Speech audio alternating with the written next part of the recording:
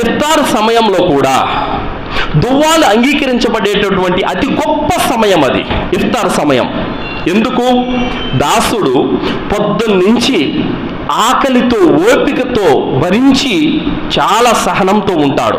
అప్పటికి ఆకలి వేస్తూ ఉంటుంది, కడుపు అంతా, గొంతంతా ఎండిపోయి ఉంటుంది, నాలుక పెడుచుకట్టుకొని ఉంటుంది, తినాలని ఉన్నా కూడా తినలేడల్లా భయంతో, తాగాలనుకున్న తాగలేడల్లా భయంతో, నీళ్లు ఉంటాయి, ఆహారం ఉంటుంది, అయినా కూడా దీక్షను విరమించడం అతనికి ఇష్టం లేక అల్లాహ్పై ప్రేమతో భక్తితో దాన్ని అలా పాటిస్తాడు.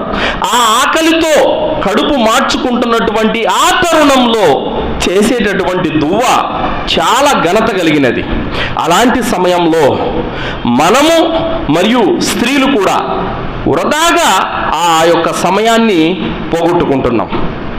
ఇంకా అజాన్ వస్తుందనంగా ఆ టైంలో ఆడవాళ్ళకి ఇదిగో నువ్వు వెళ్ళి పునుగులై, బజ్జీలై, లేకపోతే సర్బత్ కలుపు, మజ్జిగ కలుపు అని చెప్పేసి పొయ్యి కాడికి వంట రూమ్లోకి పంపిస్తున్నారు వాళ్ళని. ఆ టైము ఏం టైము? దువ్వాల్లో గడపాల్సిన టైం అది.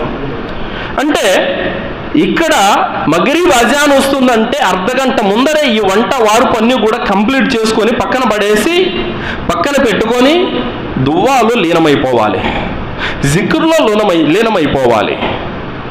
ఆ టైము అతి ఉత్తమమైనటువంటి టైం అది. ఆ టైంలో మనము దువ్వాల్లో ఉండాలి సోదరులారా. పునుగులు వేసుకుంటా, బజ్జీలు వేసుకుంటా ఈ విధంగా సమయాన్ని వృధా చేసుకోడు. ఎందుకంటే రంజాను మళ్ళీ వచ్చే సంవత్సరానికి ఎవరు ఉంటారో ఏందో ఎవరికి తెలుసు.